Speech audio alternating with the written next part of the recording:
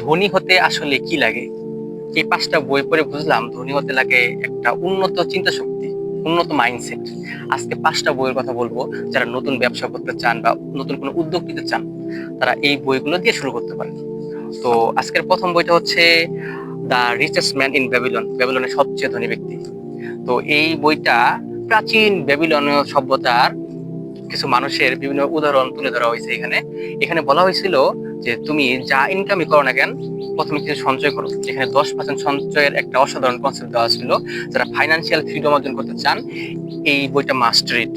তো 2 নম্বর বইটা হচ্ছে brain balance equal bank balance, coach Kanton স্যারের লেখা। এই বইয়ের অসাধারণ একটা বই, সেটা শিখাবে আপনার যে ব্রেনের ব্যালেন্সটা বাড়াইতে পারলে ব্যাংক ব্যালেন্সটাও আশা করি অটোমেটিক ভাবে বেড়ে যাবে। এখানে গরিব চিন্তাধারা থেকে বের হয়ে কেমন উন্নত ধনী চিন্তাধারা অর্জন করতে পারবেন, সেটা এই বই শিখাবে। তো আজকে 3 নম্বর বইটা হচ্ছে রবার্ট কিওসাকি, রিচ ড্যাড পুর ড্যাড। এখানে শিখাবে ব্যবসা বনাম চাকরি, অ্যাসেট বনাম লায়াবিলিটি, যে ধনীরা আসলে চিন্তা করে কেমনে। গরিবরা আসলে টাকার পিছনে ছুটে, ধনীরা টাকাকে নিজের পিছনে ছুটায়। তো সেই ব্যাপারগুলো এখানে খুব সুন্দর করে উপস্থাপন করা হয়েছে, আশা করি ভালো লাগবে। 4 নম্বর বইটা হচ্ছে কোচ কাঞ্চন স্যারের আরেকটা বই, সেটা হচ্ছে ক্যাশ মেশিন।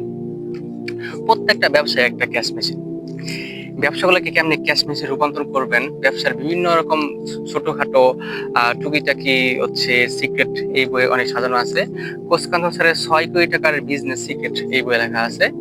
তো আশা করি এই বইটা পড়তে পারেন। সর্বশেষ think and grow rich, Napoleon Hill. এই বইটা অনেক মানুষকে মিলিয়নিয়ার হইতে সাহায্য করছে। উন্নত চিন্তার অর্থবিত্ত ও সফলতা অর্জনের জন্য এই বইটা পড়ে দেখতে পারেন। তো আজকে যেগুলা বইয়ের কথা বললাম, এই বইগুলা ইংরেজি ভার্সনে পড়তে পারলে ভালো হয়। আপনার বাংলাটা ট্রাই করতে পারেন, আশা করি উপকৃত হবেন।